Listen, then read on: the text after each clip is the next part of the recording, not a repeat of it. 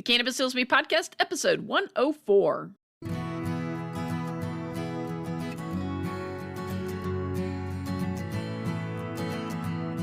You're listening to the Cannabis Heals Me podcast, where we explore the real stories of real people who have discovered the profound healing properties of the cannabis plant in their own lives.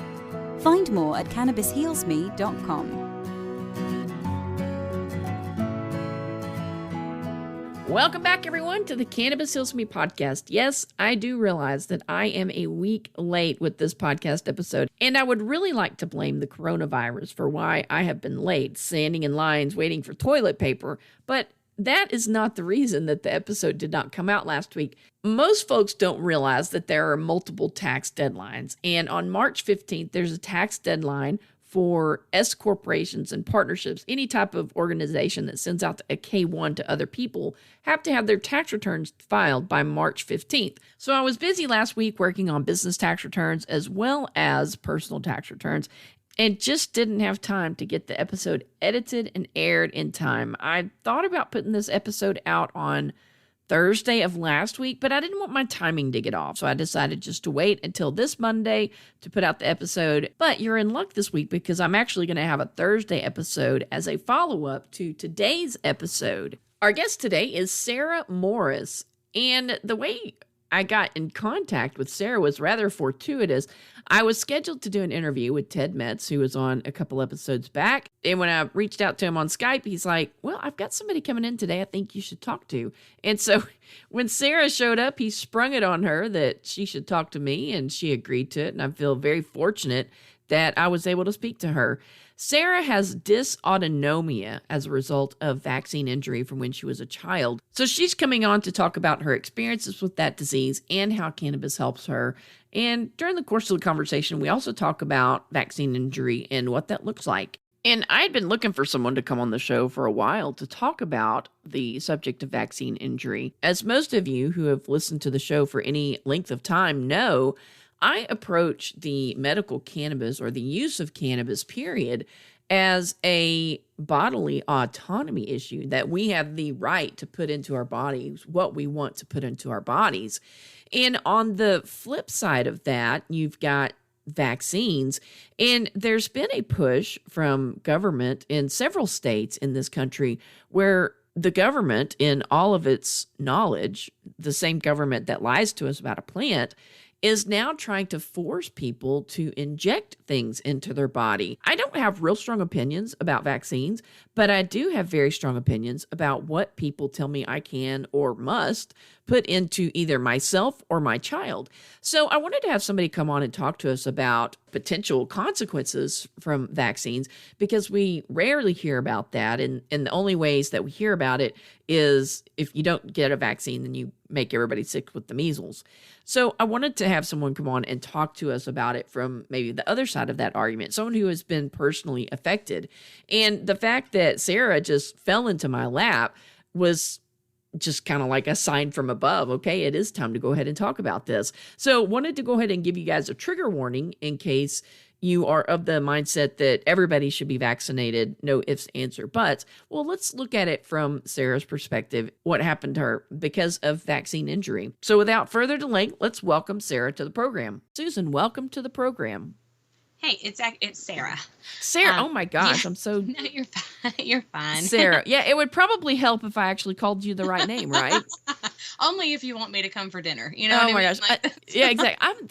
I'm sorry. I'm the world's worst with names. I could have swore it was Susan. And I get on my son all the time because he's terrible with names too, but I'm just as guilty of it as he is. You're fine. You're so, fine. Okay, I'll remember it going forward. Yeah. Well, I figured I'd go ahead and stop you there. That way you didn't have to edit out too much. Yeah, that would be bad if I went through the whole episode calling you the wrong name. That would be absolutely horrible. Well, at least we got out of the way. So That's right. That's right.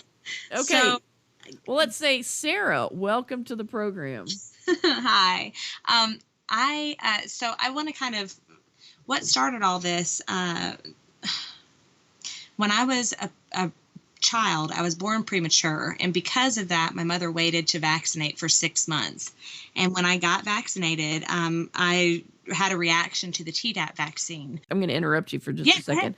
What is Tdap? Because I have no medical background, and the only I know about like MMR and stuff like that. So Yeah, so the Tdap is the one that protects against pertussis. I can't remember. I know for a fact that I got full blown pertussis from it. But wow. Actually, the Tdap is to prevent you from, let's see here, it's diphtheria, tetanus, and pertussis. So it's all together. And it's a live vaccine. And what happened with me is I actually got full-blown pertussis and then pneumonia, and it nearly killed me. Oh, wow. And how old were you at this time? I was about 6 months old. And my mother, she was a pediatric nurse. And so she called the CDC. She's like, how did this happen? We were fully vaccinated. All of my family was vaccinated. I was vaccinated. Finally, the CDC admitted to her that it was from the vaccine itself, that it was a live vaccine. And we just continued on schedule to get normal vaccinations. And what it ended up doing was damaged my nervous system, my autonomic nervous system, resulting in something called dysautonomia, which is a dysfunction of the autonomic nervous system. And that controls all function of your body. So breathing, your ability to maintain blood pressure, heart rate, digestion, your rest and recovery, your fight and flight responses. I mean, basically everything that your body, it's the motherboard of your body. Yeah. So if that gets damaged, then you are up a creek. Yeah. With me, we just continued because, again, we assumed that they were safe. Of course, she would know about it. She was a nurse if they weren't safe, right? Well, unfortunately, that wasn't true. And I got worse and worse and worse. The first time I remember blacking out, I was 5 years old. And again, we continued just not knowing. And long story short, I ended up developing so much pain from dysautonomia in itself. You can have, it can also cause a hypermobility. It messes up your entire, on a DNA level, it damages you. And so it causes something called Ehlers-Danlos syndrome, which is hypermobility.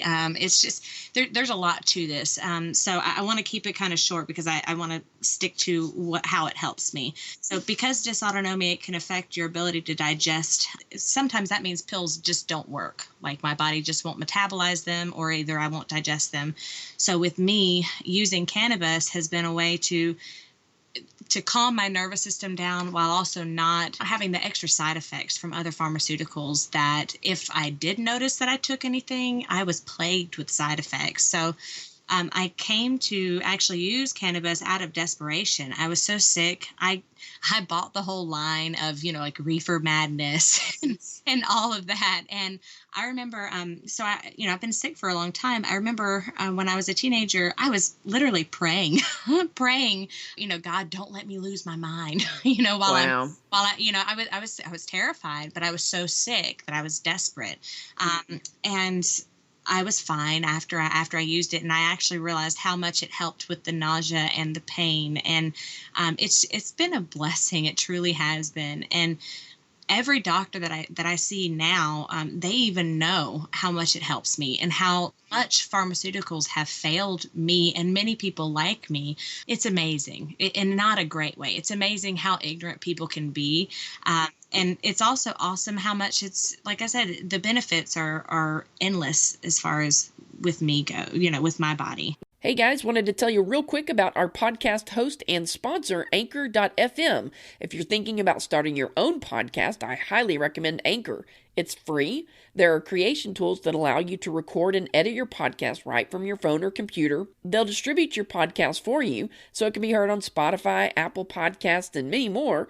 And you can make money from your podcast with no minimum listenership. It's everything you need to make a podcast all in one place. Download the free Anchor app or go out to Anchor.fm to get started. That's Anchor.fm. Now back to the show. You said you got full-blown pertussis as a child after you had the Tdap vaccine. Did your symptoms get worse after each vaccination? Yes, ma'am. Yes, they sure did. I was plagued with chronic illness my whole life.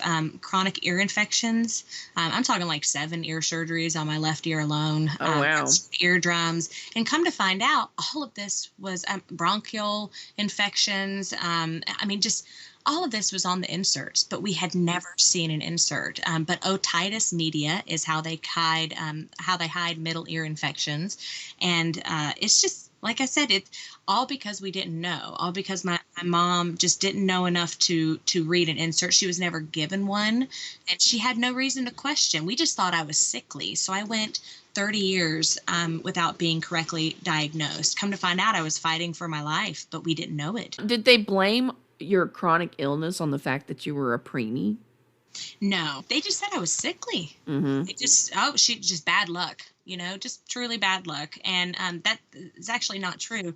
Come to find out, there's different genetic mutations that can make you more susceptible to, vaccine injury. And I have one of those, the MTHFR genetic mutation, and it's common. And that's what's so sad about this is these things are common. These side effects are common. The way that it manifests in people is what varies. And that's what makes it such a gray area.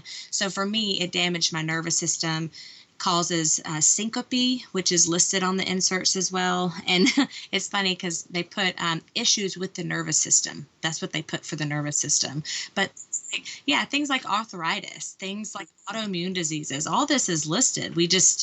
You got to look, and you got to look at the manufacturer's inserts. You can't look from the CDC or the FDA because they don't give you the full, it's crazy. It really is. It's crazy. Yeah.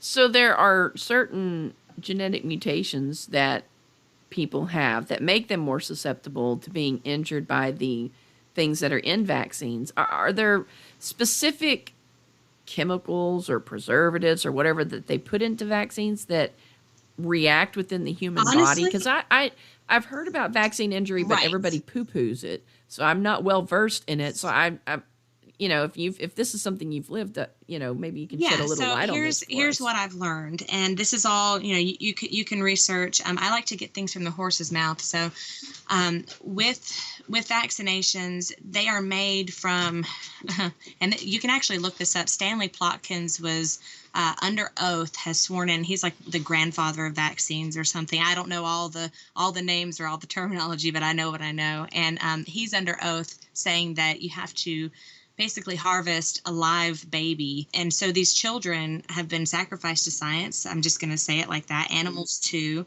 And they grow the viruses in those tissue, in that DNA, and they inject us with that DNA. And honestly, how can our body not have an autoimmune response?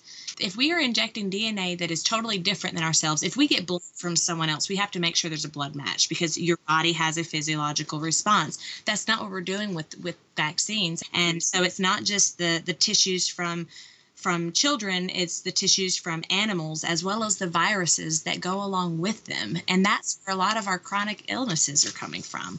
I mean, come on, we are sick. Like everyone is sick from some kind of weird autoimmune, neurological, cardiovascular, it's musculoskeletal dysfunction. And I truly believe it has to do with what is in the vaccines. And, obviously there's different dyes and aluminum and stuff like that, but and allergies and eczema. Yeah, allergies and eczema, arthritis. It's truly, it's endless how much they really are affecting us, but no one wants to talk about this stuff. Yeah. And then if you do talk about it, people want to shut you down. Exactly. It's like there's this glaze that comes over the people's eyes when you mention vaccine, and then they just start regurgitating what they've been taught their whole lives. And the fact is that you can't argue. Like what happened with me, it's proven in autonomic testing. I now have a central line that's fed into my heart in order to try to keep my vitals more stable. So you have a PICC line, right? Yeah, it's called a Groshong line. This is my third line. I've had a PICC line, I've had a port, and now I have a Groshong line. So I was so sick I needed home health care every single day. These injuries are catastrophic, and no one's getting compensated for them because we don't know. If you don't know that you were vaccine injured within 3 years, you can't seek compensation from vaccine court. Really? And what's even crazier is that the government in 1986 took away liability for vaccine manufacturers. So our government took liability from the manufacturers and said, you know what? it's fine. If you're killing people, if you're hurting people, it's fine. The people can come to the vaccine court through the government, and no one even knows that they're vaccine injured until years later most of the time, which is why I share my story, because no one should have to live like this. It's corrupt on a whole nother. I don't even think that they're beneficial anymore, to be honest with you. I think that they wanted to make customers, and they have. Well, yeah, especially if they're creating all these autoimmune disorders, because those are lifetime problems that people have to deal with. Right. And that's kind of why cannabis is such a big threat to them, you see, because it's something that they'll try to put a patent on, but it's something that, I believe God put on this earth for us to use. And it's been something that has been the most advantageous thing that I could say that I've, that I can use. But I have no choice at this point. I was down to a size 2. Wow. Which is hardly a size for me. Just being so sick. And what do you do? Do you just roll over and die, or do you try to save your life? And that's where this decision came from. And, I have the license through the state and all of that. But the point is that the stigma should not be here. The fact that it can, be inhaled is, for someone like me, if my stomach isn't working, it doesn't matter what pills I take. It's not going to work. I appreciate that we have it. And I want other people to understand how important it is for us to all keep our rights, not just about being able to treat our ailments as we see fit, but also to say no to vaccinations if we don't feel like it's right for us, because that genetic mutation that I mentioned, 50% of the world's population has it. Oh, wow. So it's really common then. Yes. And I mean, you can't tell me they didn't know this. They knew this. But again, it's all about the money. It's all about the customers. And I do believe it is about control, because if you can keep people sick, then you can keep them oppressed. And I mean, I've got pumps and bags of fluid that I have to get through insurance company and, everything else. It's just, they don't make money off of well people. They make money off of sick people. How long did you suffer with this condition before you actually were diagnosed with it? 30 years. Wow. Yeah. I mean, I was passing out. I mean, honestly, I just thought I was a weak person. I knew that I was a strong person, but I thought that, I don't know how everyone else does it, because I'm just blacking out over here. And when you are in that position, you really start to think, is something wrong with me mentally? Well, they checked all that out too. And I'm fine. My mother had me tested. Yeah. We've gone through all the avenues, because that's the first thing that they say when you have a problem that can't be, it can't be diagnosed just, right away, and it takes a little while to be diagnosed with it. People have this tendency to poo-poo it and to say, oh, well, it must be in your head, and it's psychosomatic. So, you're fine. Well, no, actually, I would say the majority of these people who are not getting correctly diagnosed is because the doctors, if they would even just read the inserts to the vaccines that nearly everyone in this country and in this world has gotten, they would see it goes hand in hand. These chronic issues are manufactured. They really are. Now, when did you start pursuing cannabis as medicine? I was 16. I had been in a horrible car accident. My chest was ripped apart by the seatbelt. Oh my gosh. Pectoralis major, pectoralis minor, and latissimus dorsi, and it ruptured my the muscles and ripped the nerves. So it caused a lot of pain, and wow. that made the dysfunction with my nervous system, because that was a trauma and that was more stress on my nervous system. Oh man, I went downhill so quick. I went from, just fighting through being dizzy and passing out on occasion to passing out constantly. I had no choice at that age. And that's where, like I said, I was praying. I was afraid. I was praying over this stuff before I used it. And then I was like, wait, wait a minute. Like I just did this horrible drug, but I know what I'm doing and everything is fine. And it wasn't anything like they said it was. And the relief that I got from it, from the pain and the nausea, was extraordinary, to where I would even talk about it to you, Yeah. Otherwise, if it didn't help me, I would not be here, Right. Now, I'm assuming that at 16 years old, you didn't tell your mother what you were doing. Actually, I ended up telling her Really? because I was to that point. She knew how sick I was, especially after the accident. And I mean, of course, no one wants to break the law. First off, like let's just, I mean, but I was in a position where I had no choice. Many things have saved my life, but that is absolutely one of the top. I couldn't lie to my mother about it because it was so beneficial to me. It was so life-changing to me that I felt an obligation to be honest with her, but also to kind of spread awareness with, hey, like this isn't what they said it was, and it really helped. So, And what was her reaction when you told her? Because, she's in the medical profession and probably never saw this plant as having medicinal benefits. And it's crazy because you would think that after the reaction to the Tdap that she would have questioned them, but when you are in the system, you are so indoctrinated. So kind of like with vaccines, she still believed, and she still kind of believed that cannabis was, that was illegal, and that was a drug. And she didn't really she wasn't mad at me, but she was hesitant. She was very, she knew that I was not a liar and that I wouldn't make it up. So I appreciate the relationship that I have with my mother, but there was still a little hesitancy. But she finally came around, and actually she has MS. And Oh, wow. yeah, it's funny because that's also neurological disorders are also side effects to vaccinations. So she came to find out that it helped with her MS symptoms, and due to money, of course, there's only so much that we have to spend, and even if it's on medicine, you can't squeeze blood out of a turnip, right? So but she did try it, and she saw a lot of benefits from it. So I wish this was easier for everyone to treat themselves, because you see that's the whole thing, though. If they legalized it, then we would be able to treat ourselves and break away from the pharmaceutical companies' grasp, which is what they don't want, which is why this push is even here. It's not about our freedom, it's about their control. Oh, absolutely. I mean, that's the bottom line of most government regulations, is about controlling the population. I really what I deal with on a daily basis, I wouldn't want for anyone. Yeah.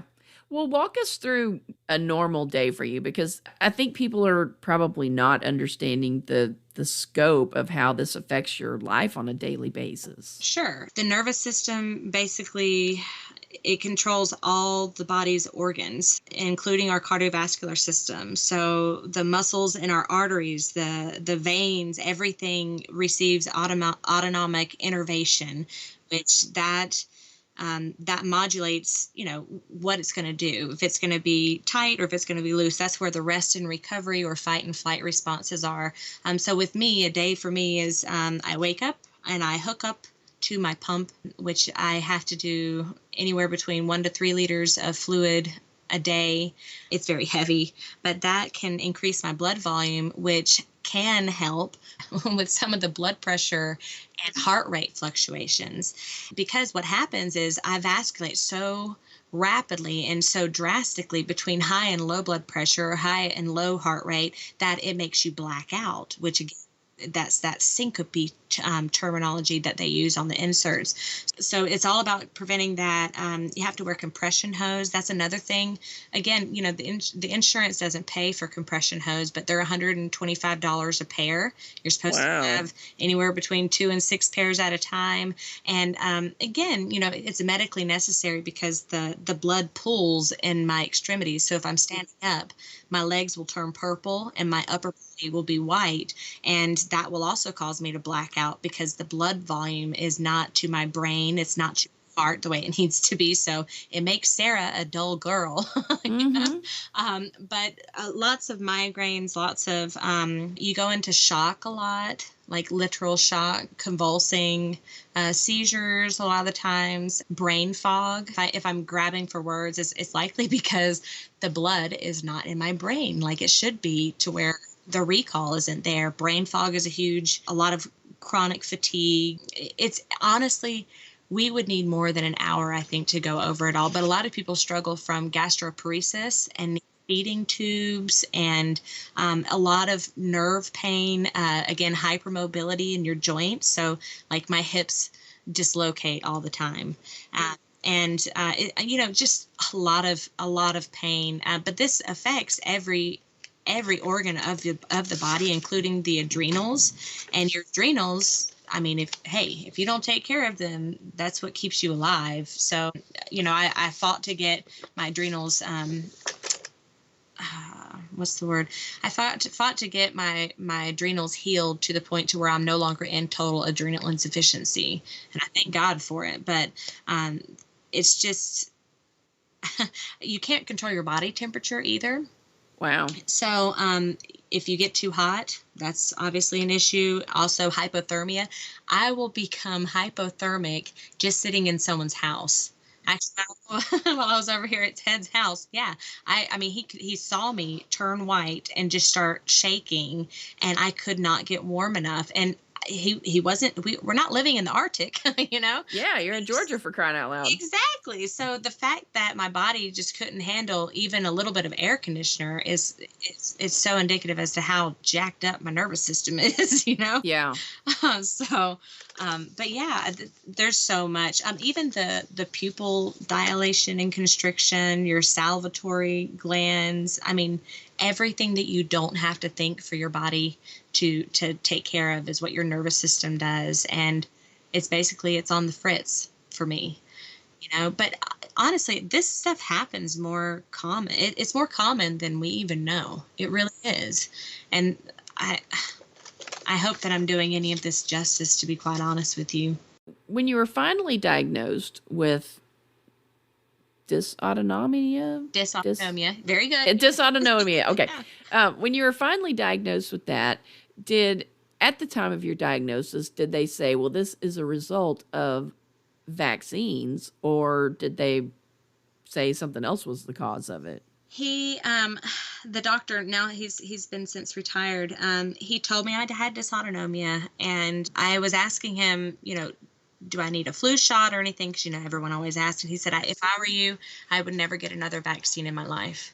And miraculously, I became pregnant. And I was asking him, what about vaccines for my child? And he said, don't ever get another vaccine. And he did not say anything more than that. But he let me know there was no shadow of doubt in his mind as to what caused this. And then when I actually went on the Dysautonomia International Organization's website under POTS, which is posterior orthostatic tachycardia syndrome, that's one form of dysautonomia. It actually has on the causes vaccines, but it is buried in their website. Yes, it's buried because, again, where does all the money come from for all the research? Right.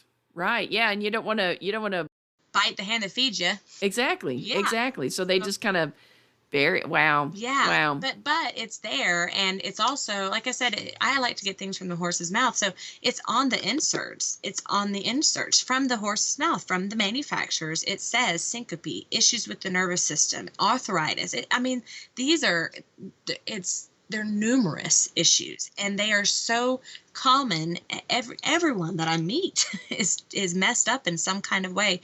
And I'm not saying all issues are from it, but I would say the majority of it. And I know that that's a large statement, but if people would actually look, they would see that this is not a reach here. Yeah. Well, if the genetic mutation that causes this reaction to vaccines is found in over 50% of the people, that would explain a lot of the autoimmune disorders that we're experiencing and seeing today. Yes, and neurological disorders like Parkinson's and MS and things like that. What studies have shown is they damage the vagus nerve, and the vagus nerve is it's called the wandering nerve. So it touches every organ in your body, and its whole purpose is to maintain homeostasis, so that is your nervous system, and these vaccines just totally damage it, and we got to stop it. How can we keep going at the rate that we're going? We have the highest infant mortality rate. This is unacceptable for us to be in modern day times and all these scientific advances and medical advances. Why are we so sick? It's because we're injecting with, like I said, it's foreign DNA. It's viruses and foreign DNA from animals. So, I mean, they don't take out the viruses. All of us carry viruses every single day. That's how it's same thing with bacteria. We have that in us all the time. It's just whether or not it's, again, if our body does not have homeostasis, then we can get sick and then we can spread it to other people. But these vaccines are totally responsible for most of the things that you see right now. And I hope that people will look. I really do. I guess I'll play devil's advocate a little, because there are people, well, most people are probably skeptical of claims that vaccines cause injuries. Oh. Are there any other reasons why you would have dysautonomia? What are some of the other causes of dysautonomia? Genetic mutations. So again, kind of on the same, some people say trauma. So, but again, if you think about it, a trauma can be chemical trauma, it can be physical trauma, it can be emotional trauma. So it's kind of a perfect storm. So like with me, I had the vaccine injury, I didn't know it, but then when I had the trauma of the car accident, then it really got worse. And then because I was still ignorant to the fact that I was not doing well with vaccines, I continued. I got the HPV vaccine and started having full-blown seizures, like seeing and everything. Yes, ma'am. I would highly recommend everyone not get that, and to really stand up for our rights, because right now our congressmen are trying to take away religious exemptions. In any other instance, if we've got something like, okay, so I have heartburn every now and then, and I really like ranitidine because that works well for my heartburn. Once you get heartburn, you can take it and it goes away in like 30 minutes. Zantac is the brand name. And so I went to the store the other day to get some ranitidine, and like the shelf at Walgreens was empty. So I go to CVS. The shelf at CVS is empty. The spot where it should go is just gone. I'm like, okay, what? They probably pulled it. What is the deal here? So I Googled it, and apparently the FDA had said that there's a possibility that when ranitidine is heated above this abnormally high temperature that you would never experience in the human body, it can cause cancer or something like that. So just based on that hypothetical situation that probably is never, ever going to happen within a human body unless you're like the Human Torch from the Fantastic Four, right? You're not going to get cancer from ranitidine. But just this whiff that there could be a cancer-causing component of this, it's yanked from the shelves. And the FDA didn't even say, hey, you got to take it off the shelves. They just issued this. And so it's like a CYA for all these companies. But then when you get, on the vaccine side, when there is some potential information that for people with this genetic mutation, it could cause these side effects, everybody just sticks their head in the sand and they just completely ignore it. And look, if they want to, it's totally up to them. I understand, because that's what I did. And that's what my mom did until we couldn't ignore it anymore. But if I warn people, because if we continue to ignore what people are saying, what parents are saying, we're all at risk. Because if we don't stand up, it's ignorant to believe that we're not going to be affected at some point, because they're not just going to stop with the children mandating childhood vaccines. They're going to say, oh, well, the adults haven't been vaccinated in a long time. So if people don't care about it now, they will later. And if we don't stand up now, it's going to be too late, because right now, like I said, Congress is trying to take away religious exemptions to use mandatory vaccines. And these injuries are happening and nobody knows that they're injuries. They just think it's just some weird, common, it's just a fluke that my son got meningitis and almost died. It's just a crazy fluke. No, it's an injury, and people need to start asking questions and researching and stop just listening to what their doctors say, because it will happen to them or someone that they know if this continues, because injuries happen in 1 in 39 people. Wow. Yeah. Harvard did a study recently. I think it was last year. I'm not exactly sure, but they saw that 1 in 39 people were adversely affected when they actually used the inserts from the manufacturer to guide them. So that should wait. I mean, that was sobering to me. Yeah, that's a pretty huge statistic from a well-respected organization. Can you send me a link to that? I'd love to read that, and then also put it in the show notes for today's episode. Sure. So I guess inhalation is probably the method of delivery that works best for you, since your Yes. intestinal system is not super reliable. Right. And even like with pain medication, like I have to chew them up and hope that they work, you know? But yeah, I mean, it's, it's been the most beneficial thing for me, especially with the nausea. And with depression, because obviously when you're sick and you're in chronic pain, it's taxing on your soul, you know, because Yes, absolutely. it's exhausting. I mean, I'm 34 years old. I've been fighting for my life most of my life, and severe and chronic pain. And cannabis has definitely helped. It's not only helped, but I would say it sustained me in many ways. I know I would have died if not for it. I was whittling down to absolutely nothing. I could not eat. And that's when I had stopped, because I was like, well, I just don't want to break the law.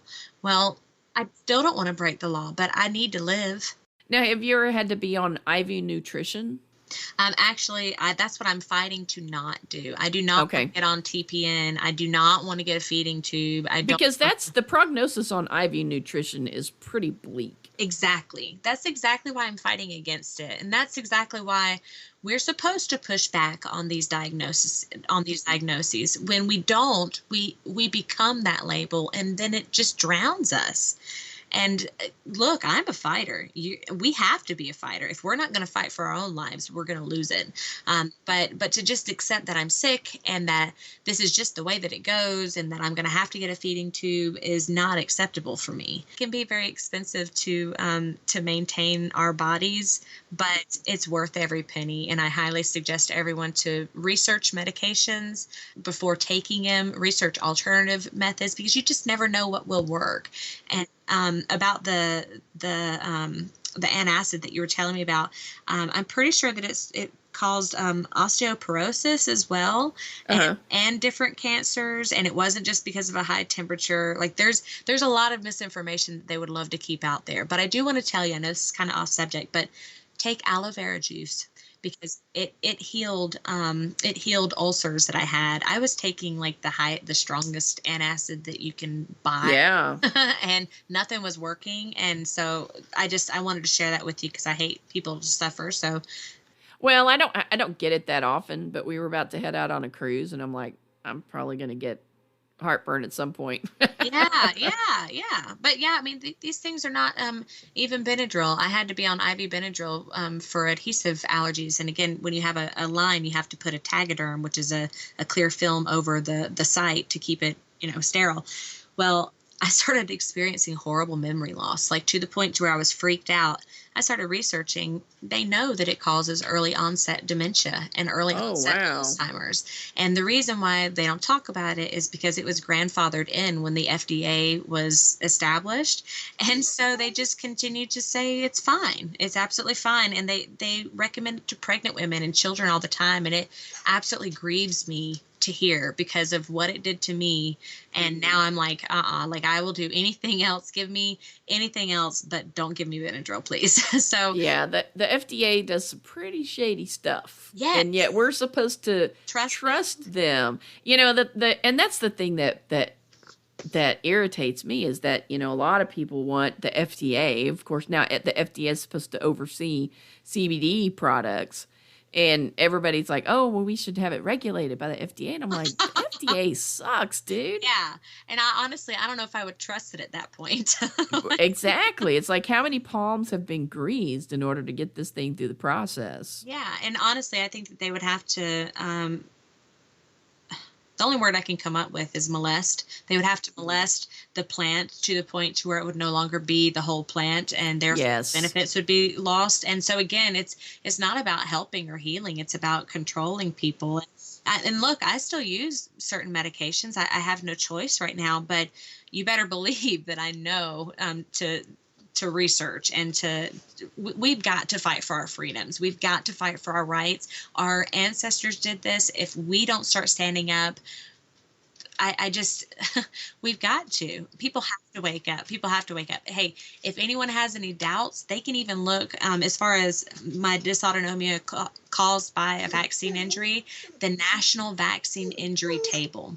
Okay. That is the federal government's injury table that they established. I know, Tucker, that they established for if you had injuries, you had to fit into these certain categories. And syncope is listed for nearly every single vaccine injury. Syncope, again, is blacking out. That's what I've done all my life.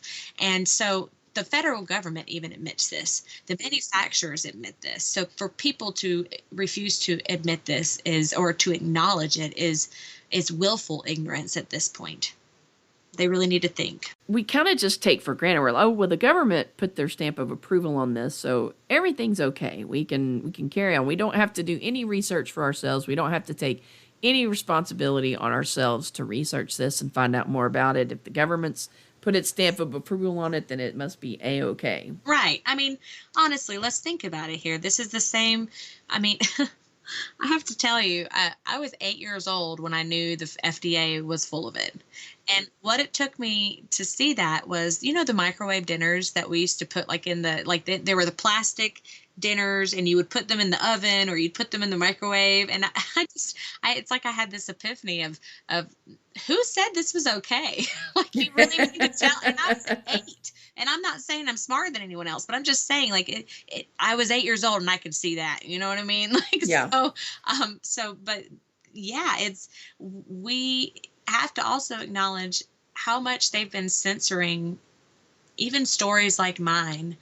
I'm not pro or against anything. I'm pro informed consent. Yes, absolutely. I am like, hey, look, if you want to get vaccinated, go for it. Like, I'm not going to talk bad about you. I'm going to try to warn people. And I pray that it will not happen to them. But to take someone's story like me and to try to censor it, even though it's backed by science, even though it's been proven to happen, for decades they've known this. That should really make people wonder as well. And then you really have to get into, okay, well, who's censoring who and who are they partnering with? Well, Google, Facebook, YouTube, and a whole slew of other people are in with Big Pharma. Yeah. So why would we expect them not to censor the truth? It really is amazing and not a good way. But I'm hoping that this will really make people ponder what is true and what is a lie, and why are they promoting these free shots? Nothing's free. Let's think about it. Nothing's free. Why would they? Because they're going to get a customer out of you. You'll be in the emergency room with a high fever, or you'll have some kind of weird flu after that. You know what I mean? Like, it just is a revolving cycle of sickness. And I pray, I really do pray that I'm able to help other people wake up to this truth. Even if it's uncomfortable, we've got to wake up. I think folks need to take more responsibility on themselves for their health and well-being, instead of just relying on Big Pharma or the government or whoever to assure that for them. They need to do a little more research and a little more digging. Yeah. And I told Ted, I don't have strong feelings one way or the other on vaccines, but I do feel like it's not the government's place to tell me what I have to inject in my child's body or in my body. Exactly. And that's the thing. I mean, if we're truly a free country, then this shouldn't even be on the table, considering how they were made. That on a religious basis should wake a lot of people up. And if people don't want to believe that, I mean, this is WI38 and MRC5. Those are code for the babies that were used. It was a little boy and a little girl. And these are the same cell lines that have been cycled for over and over and over. But I believe it goes deeper than that, and I believe it goes further than that, but I'll kind of keep that to myself right now. But it's really interesting that people who say that they're pro-life would not want to look into this more, because you have to have, they require a child. Yeah, that's pretty scary. It seems like that's like something that China would do, not something that would happen in the United States. Well, it's happening, and that's why people need to stand up. Because, look, it doesn't matter if you're for or against vaccinations. You should absolutely be for our rights to say, hey, I don't want this in my body, or I do want this in our body. Because where would it stop? If we let this go, what's to say they're not going to say, you know what, you've had too many children. I'm not going to allow you to have any more children. You know what, you're too sick. I'm not going to give you the treatment anymore for your cancer, or I'm not going to give you the treatment. You know what I mean? Where is enough? we can't give this up. We can't, because this is going to be a downward spiral from there. We're already in the spiral, I feel like. Well, I want to go back to your use of cannabis. I had Sure. another lady on, Laura Etzen. She has Ehlers-Danlos syndrome. Yeah. So she had lots of trouble with gastroparesis and was looking at she was actually on IV nutrition, was having all sorts of dystonia and stuff. And her roommate said, hey, try this dab. And it was a high CBD dab. And it's like her dystonia just stopped. Yes. And because of that, she's been able to, gain weight and look like a person again. Yes, a person instead of a skeleton. Yes. A skeleton with flesh draped over it. Yes. So I was curious as to what kind of helps you, because she said high THC strains, they actually exacerbate her problem. So she has to do CBD. I need a little bit of THC because of the nausea aspect, but the CBD and this, all the other components really help. I'm hyperadrenic, so that means that I go into fight or flight in order to keep my vitals elevated. Otherwise, I'll have like a blood pressure of 60/40, and you're not very bright when you have a blood pressure that low. Yeah. My constant job is to make sure that I'm not robbing my adrenals, but also stopping that sympathetic response and trying to get the parasympathetic response, which is your rest and recovery, which is where your body is able to calm down and relax. And so that's what the cannabis does for me is elicits that rest and recovery response, because without that, then you will burn out your adrenals. That's just what happens.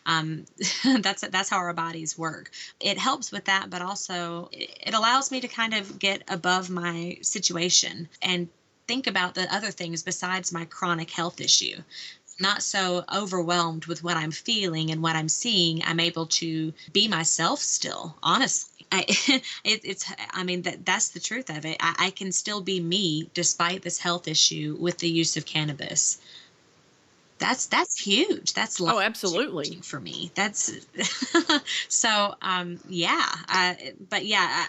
your friend that has Ehlers-Danlos syndrome is absolutely right on with that, because and it's not just a coincidence that she would have that same response as me for the cannabis, but yeah, too much THC can increase paranoia and things like that. So that's not something you'd want to do if you're hyperadrenic. You're in Georgia and you can get a medical license, right? Yes. But you don't have access. Right. There's no dispensaries there. So You're still having to buy off the black market. So how do you make sure you find a product that meets your physical needs, that's not, has 20% THC when you don't need that? Yeah. So basically right now for people like me, it's risky, because I don't, especially when you're on a fixed income, like you don't have money to waste, so if I get something that the content is just too high, then I'm out of that money.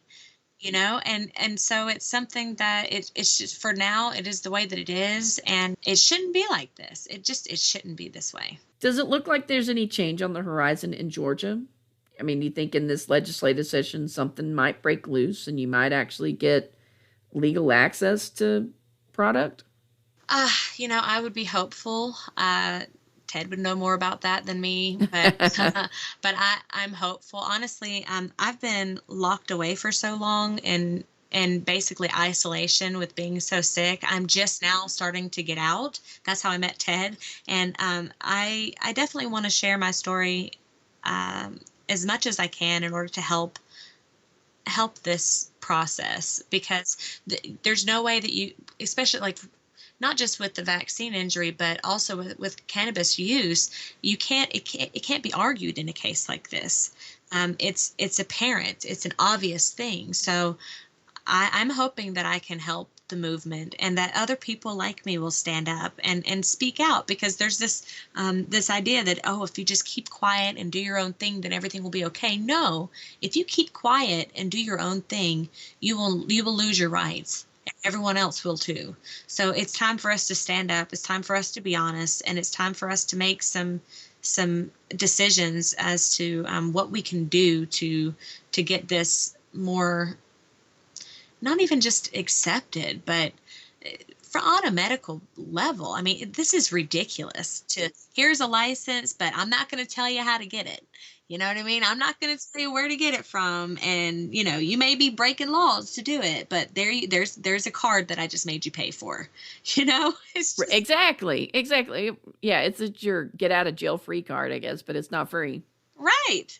And so I just, it's a little comical, but at the same time, At least y'all have that. We don't even have that in Texas. In Texas, we can't even go into court and use medicinal cannabis as a reason for why we had cannabis. So really, yeah, and see, all this has to change. And I truly believe with more people speaking out about it, it will, it has to, the dialogue has to change. When enough people stand up, that's why I'm calling people, and you're calling people to stand up, to speak your truth, and to not be afraid about it. Because if we allow fear to bind us, then we've bound ourselves in a hell type situation with losing our freedom of speech, losing our rights to our own choices and healthcare. And these are just two topics that we're talking about, but it has a cascading effect. So I pray that people wake up. I really do, because no one should live like this. No one should be sick.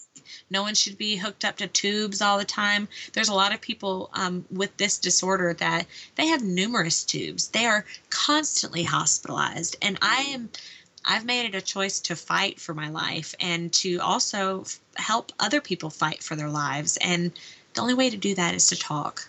I really appreciate you letting me talk, even though this was totally, I didn't expect this.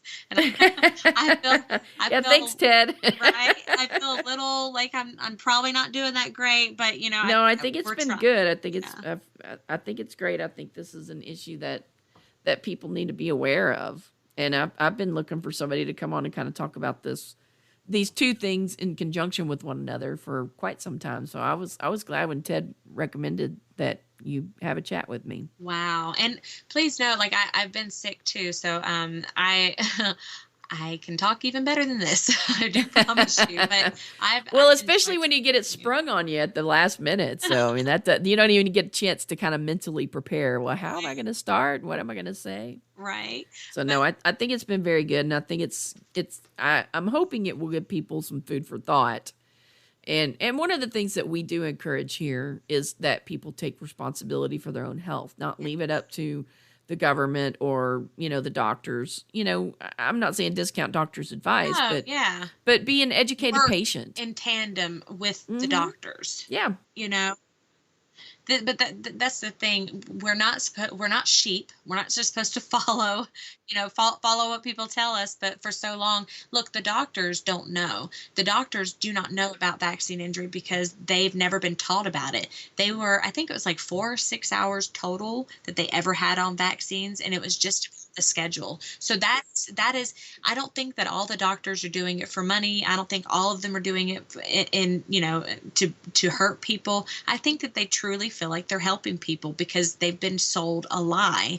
Right. That's what they've been told. And just like they never knew anything about the endocannabinoid system. Exactly. So it's just a matter of lack of knowledge. Yes, absolutely. I mean, I don't think we can attribute everything to poor motives on the doctor's part. Exactly. And I wanted to be very clear about that too. Yeah. And I believe that there are, there's some good, people out there in politics and a lot of not so good ones, but people like us have to stand up and start pressing into what we know is right and what, as Americans, we should have access to, and that's the right to decide what goes in our body and the right to how to treat our bodies. So if we lose that, I mean, what is there? Yeah, we can't really claim to be a free society when we, as consenting adults, are not free to choose what we put in our body or what we do not put in our body. Right. I mean, that's like saying, you know what? You can't have any more fresh fruit and vegetables.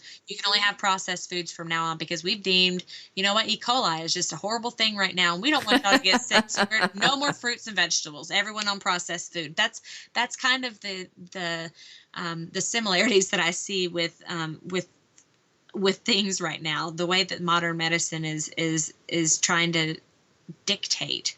And it's not even modern medicine, it's big pharma.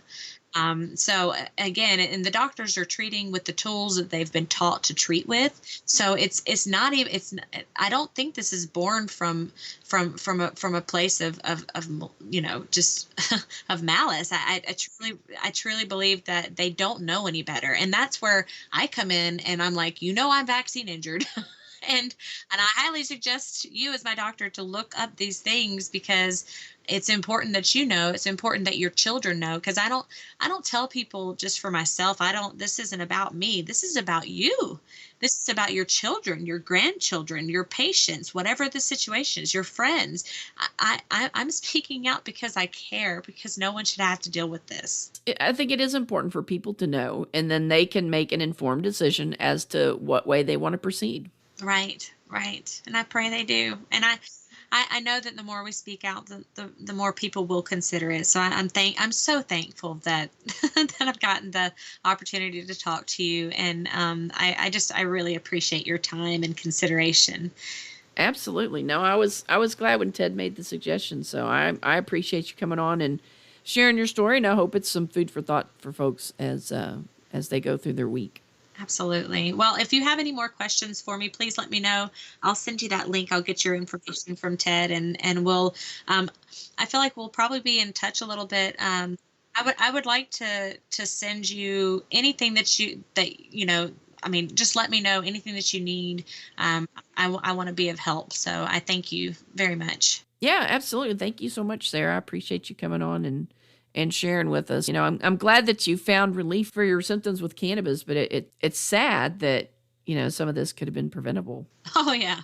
Yeah. But we make the best of it. Right. And I'm grateful. I'm grateful for it. And I am grateful even more for the people who will fight for me to be able to continue to medicate, and for others to be able to continue to medicate in a safe way. For me, this all goes back to liberty. Yes, there are medicinal benefits to cannabis, but this is a liberty issue for me.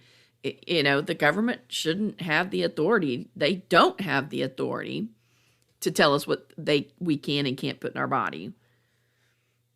So regardless of how you feel about this, it's not the government's job to tell us what we should put in our body or what we should not put in our body. Absolutely. Absolutely. And the sad part is same thing with vaccinations. People believe that they're mandatory right now. They're already assuming that they're mandatory. They're already assuming and you know what the problem with assuming is. That's right. Like, that's right. So I urge people to really, really contemplate what is going on and what the reality is, because what we have thought was real is not. And brainwashing. Yeah. Yes, really absolutely. Absolutely. Yeah. I mean, they get 13 years to do it. So they're pretty good at it, unfortunately. I was really talking about TV ads. Oh yeah. And, Well, I was talking about the government's brainwashing. Astroturfing on the nightly news. Yep. Yeah. No, you're absolutely right. It's crazy. But you know what? Like, enough of us are going to stand up and speak out. And I do believe we will make a difference, but we can't stop. And we have to continue to share our stories and to speak out. And I thank you. So I cannot thank you enough for letting me share, even as impromptu as it is. No, it's been absolutely my pleasure. So I was glad when Ted said, "Hey, my friend's coming over. She could talk about this." And I'm like, awesome. Yeah. And I'll give. So I appreciate you being willing to do it on the fly like that. Yeah. Well, I hope that I've done it well enough for you. No, I think you're good. I think it's good. So I think it'll be great. So I really appreciate your time today. You too. And I'll get your information from Ted. See, that's how bad the brain fog is. Okay, obviously, the bad thing is though, Ted's I don't even have that excuse, and I still called you the wrong name. Oh Lord! Actually, there was a recent study. So with people with dysautonomia, we have vascular leaking, arterial leaking, and then also hypoperfusion. Anyway, basically the lack of blood volume is so to our brain is so vastly affected that it forces most of us to lay down for us to cognitively be able to be clear again. And so, like, obviously I can't live life laying down. That's right. You know, but that's what my body would like me to be. So right now I'm wrapped up like a Christmas present, you know, with so many pairs of compression hose on and socks. And, you know, I mean, if I ever get into an accident and I got this many layers on, God help them. Yeah, they'd never cut you out of there. They need the jaws of life to get the compression hose off of you. Exactly. All right. Well, you take care. Have a great All day. right, y'all too. Thanks a bunch. All right. Show notes for today's episode can be found out at cannabishealsme.com/104. We're going to be back on Thursday with a follow-up episode to today's episode. We're going to talk to Brittany Schaefer about some vaccine mandates that are going on around the country. Again, this goes back to bodily autonomy and medical freedom. And if the government can tell us what we have to inject into our body, are we really free people? So we're going to discuss that with Brittany. We're hoping to take the emotion out of the conversation and just have a fact-based discussion about vaccines and vaccine mandates. So we'll be back here on Thursday. You guys have a great week. I hope that you're staying safe. I hope that you're staying healthy. And I hope that you have lots of toilet paper. Thanks a lot for listening, guys. Be back here on Thursday. Hit the subscribe button and you'll never miss an episode of the Cannabis Heals Me podcast. If you enjoyed today's show, please consider leaving us a 5-star rating on Apple Podcasts, Google Play, or whatever podcast app you're using. Do you have a suggestion for a guest on Cannabis Heals Me? Send an email to podcast@cannabishealsme.com. We'd love to hear from you. Please do not take any information from Cannabis Heals Me or its guests as medical advice. Contact your licensed physician before taking cannabis or using it for medical treatments.